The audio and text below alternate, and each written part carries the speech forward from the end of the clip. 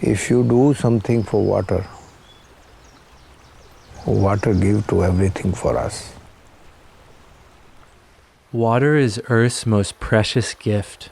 Our ecosystems, our bodies, our civilizations, and our lives depend on the health and abundance of fresh water. When we look into the future, it can be a scary prospect because the stable ecosystems of our ancestors are unraveling at the seams. Across countries both rich and poor, drought and water scarcity are taking their toll on people and nature. But what can we do?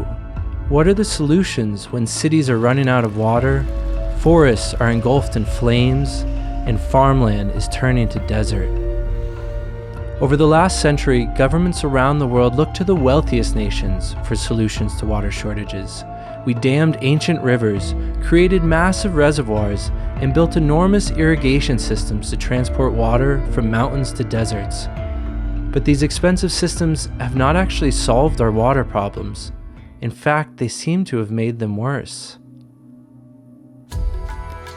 As we've searched around the world for ways to reverse water instability, we've found that the most impactful solutions have not come from the wealthy few, but rather from people with close to nothing, whose lives depend on the health of their water and land. One of these places, rural Rajasthan, has a remarkable story. In the driest region of India, individuals and communities came together and used simple, natural methods to reverse drought and restore their watersheds. Its lessons are profound, and it stands out as a model for reviving both rivers and villages, even when resources are scarce. Though this work is the community's, it began with the courage of a single individual. This is the story of Rajendra Singh, known as the Waterman of India. The water is a really mother of peace, and the forest is the father of peace. If no water, the lot of tension is start. When the water come, people have peace. Rajendra Singh is known around the world for his work restoring rivers and revitalizing watersheds. For the last 40 years, his organization Drought has helped thousands of villages restore their local water supplies with simple earthworks and tree plantings. These simple structures, water bodies called johads, capture and infiltrate the seasonal rains, recharging the groundwater and restoring the watershed. This work has regreened thousands of kilometers of land and resurrected rivers that had gone dry. What's so remarkable is that Rajendra didn't start out as a water steward. He was called to it. In his mid-20s, Rajendra was a government volunteer who wanted to make a greater impact with his work. He sold all his possessions and left the city to start a medical practice in rural Rajasthan.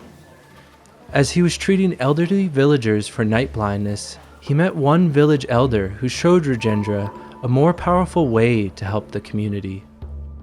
I moved to the Gopalpura village. There, no water, no employment, no healthy life. Only the old people living in the village, and they are the sick because the malnutrition. I am a doctor, so I start the treatment of them. One patient is called Mangu Meena. After the treatment, he say, Rajendra, what you are doing? You treated me. But what is the benefit of that? So you don't do the treatment of humankind. You treat it to the earth. Because this earth, nobody treated today. If earth is sick, so nobody healthy.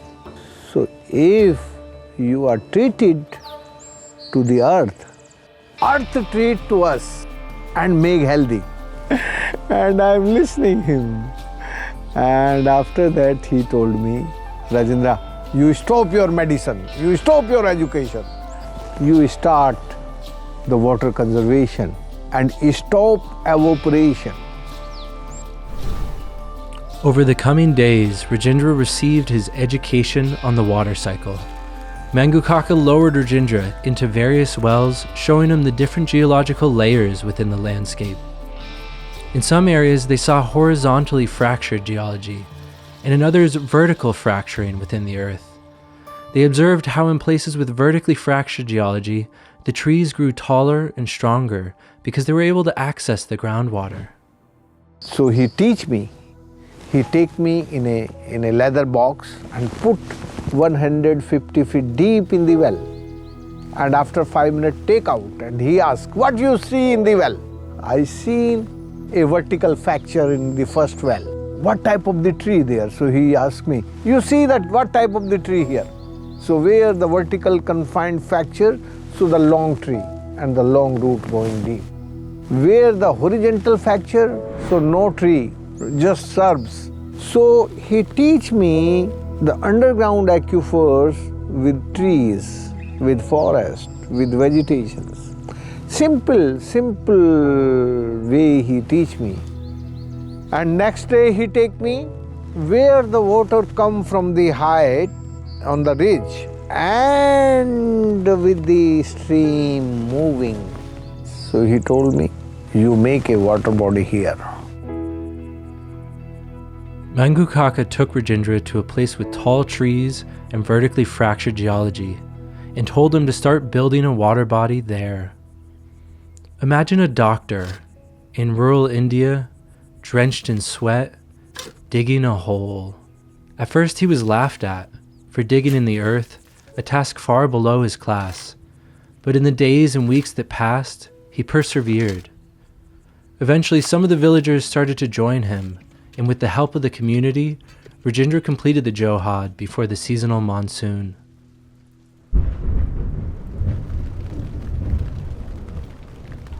The rains came, and with them, the water to fill the Johad. But something even more miraculous happened. Downstream of the Johad, a well that had been dry for years was full to the top with fresh, clean water. The villagers were ecstatic. They now had the water they needed for their animals and agriculture. So the old man, Mangu Kaka, told me, if you do something for water, water give to everything for us. So that is a very difficult time for me because I don't understand what he say and what is the meaning and what way we can resolve.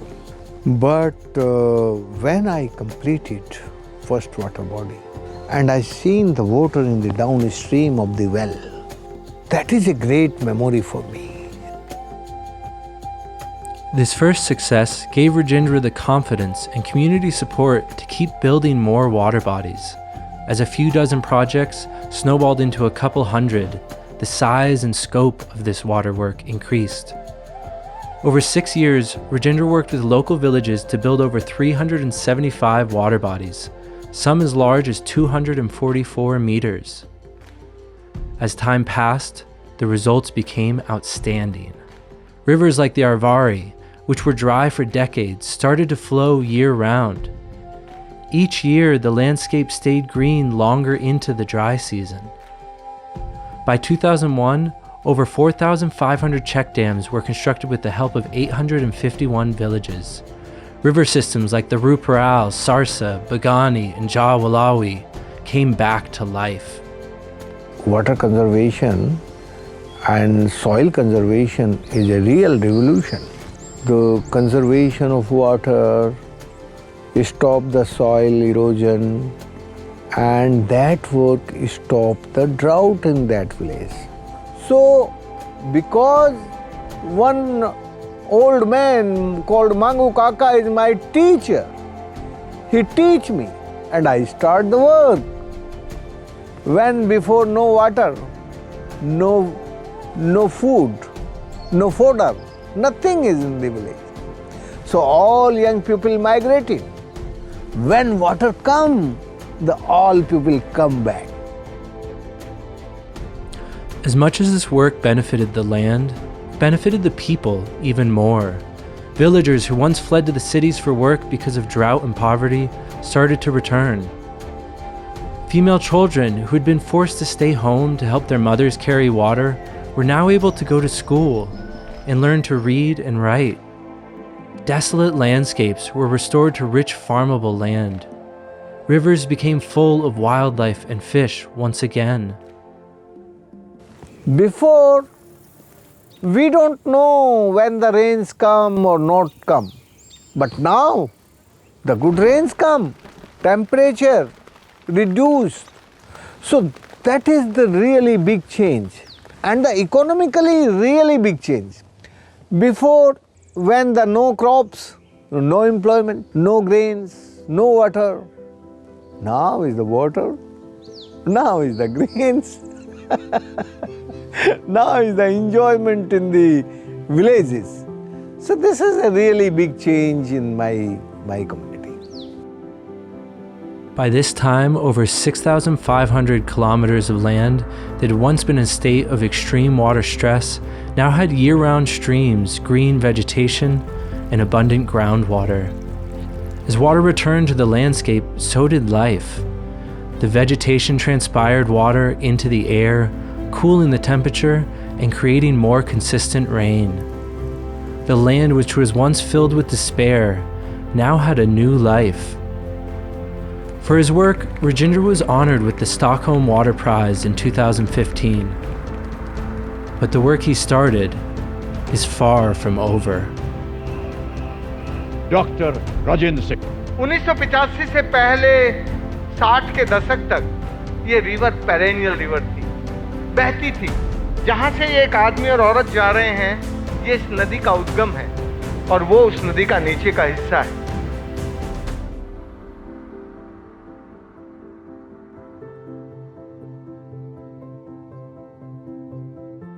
Without love of nature,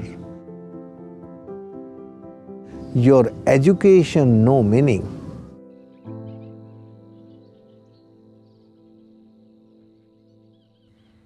So how did these community-driven projects succeed where billion-dollar government and NGO efforts have failed? Today, this education system destroys the love and respect of nature. This education system creates a control, flood control, drought control. So nature is not for control, nature for love and respect. So this way of controlling is creating a disaster. You can't control the nature. You are the part of the nature, you are not a controller. This modern education system is really dangerous, creating friction with the humankind and nature.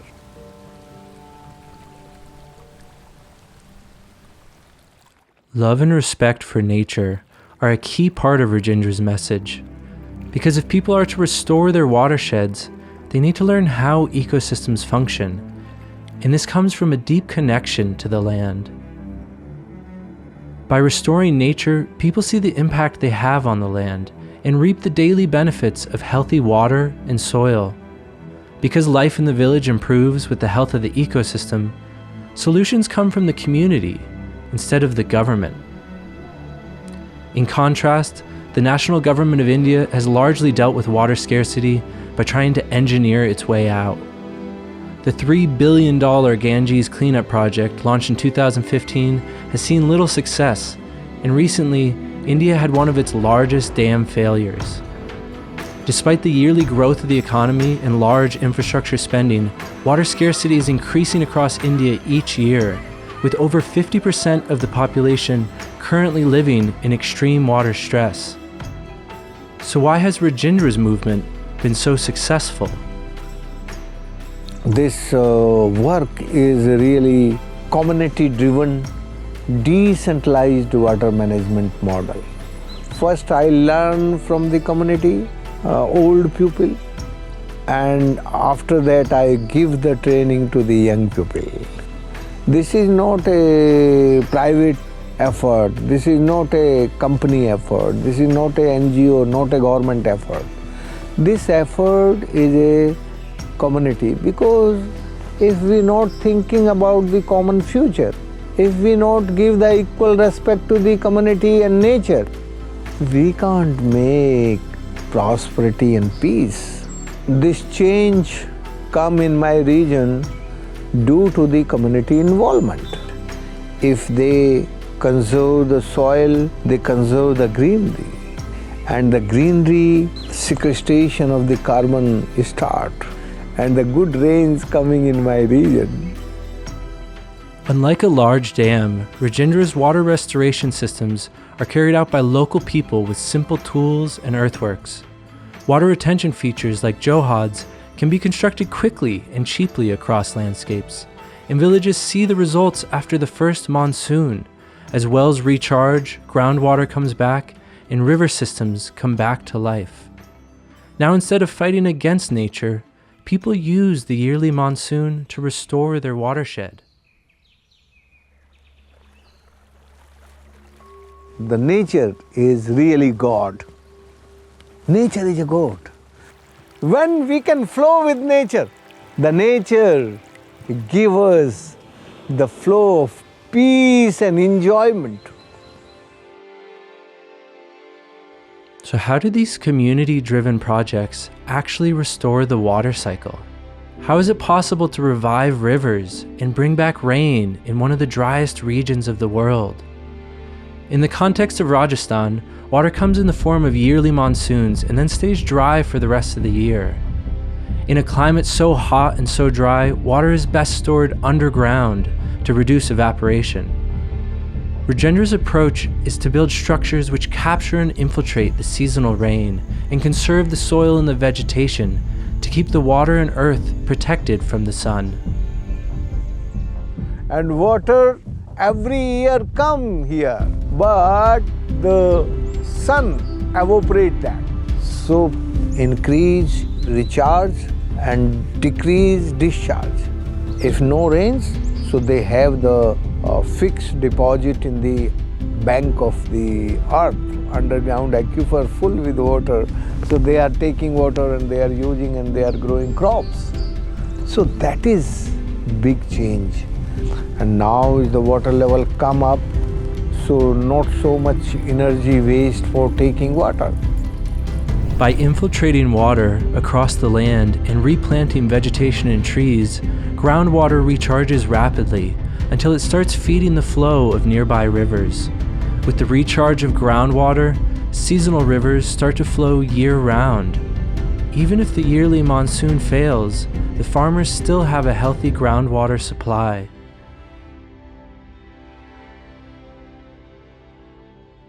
Due to this water conservation and greenery and soil conservation, more than million people benefited.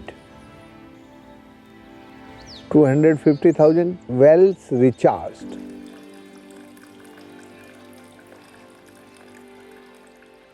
And with the increase in greenery, something miraculous started to happen. The local climate began to stabilize.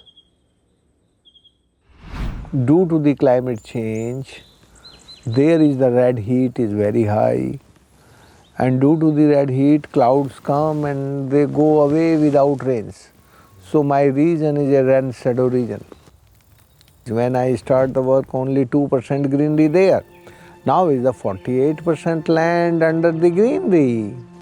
And due to the trans-evaporation of the green heat, the clouds come and giving the good rains there. When I start the work, so my earth is fevered, sick. Now my earth is healthy because the temperature going down 2 degrees and very good rains, not erratic or not clouds burst in my region. And now the farmers understand what they can do. So this is a big change come in my region. As the groundwater in the area was recharged, the greenery returned. The greenery transpired water into the air, cooling the temperature and increasing the humidity. Clouds formed once again, and more consistent rains return to the region. Even in an area as dry and hot as Rajasthan, the water cycle can be recharged and become healthy once again. What's so remarkable about these projects is that they didn't stop with Rajendra and his community. These solutions spread across the region and were taken up by organizations, individuals, and villages far and wide. Community-driven, decentralized water retention projects like Rajendra's show us ways to heal our water cycle and restore a stable climate. But entrenched economic interests also want to stop it. My grandfather told the water is life. So if you destroy your life, you destroy your life. All big water companies, they are doing the private business of the water. These private companies like Veolia, Suez, Coca-Cola, Nestle, these are the real threat for our future, for our life. Because they are destroying the water structures and they are destroying the right of the community and the right of nature. You know, the water have equal right of the birds and ants and elephants and women. This water is not for companies, the water for all. This water is a really life of whole planet. But the big company doing the business of that, they are destroying the life of this planet. Water privatization stands in the way of repairing the water cycle, as private ownership locks communities out of the process of ecosystem repair. If private companies own the rights to the water, like in Australia and the UK, then profit takes priority over the health of the watershed. In a world with an abundance of water, no one needs to buy it. But in a world with scarce water supplies, the business of water is very profitable. When water is privatized, it becomes an economic asset instead of the lifeblood of the community and planet. Large infrastructure projects like dams and reservoirs constructed to protect these economic assets end up hardening the watershed and disrupting the natural flows. Wildlife suffers, communities suffer, and the climate suffers as water is channeled downstream and locked away in concrete and pipes. What's even more alarming is that the companies who privatize water make a profit while destroying ecosystems and keeping water supplies scarce. If nature is God, then water privatization is the deepest crime against our souls.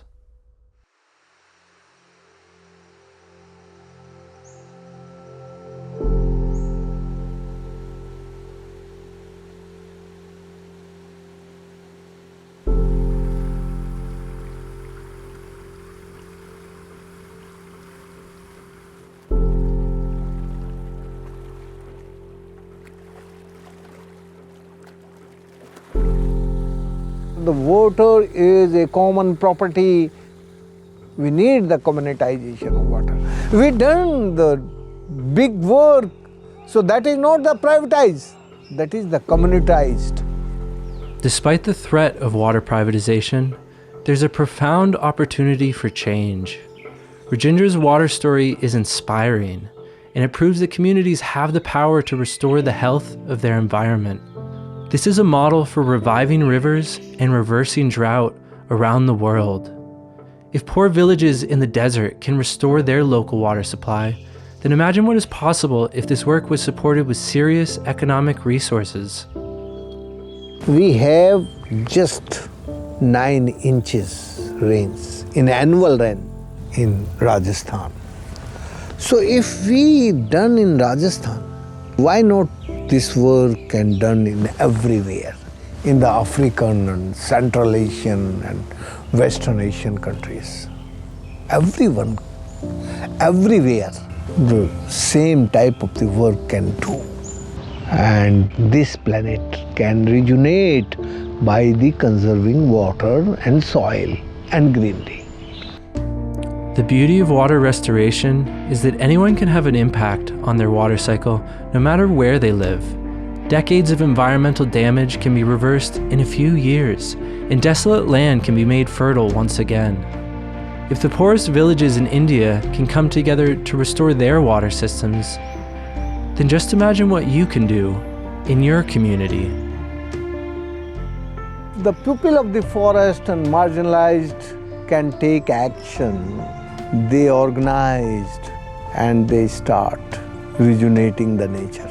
The rejuvenation of the nature giving the power to the people of forest and everyone. So now we need some love and respect. This is the need today.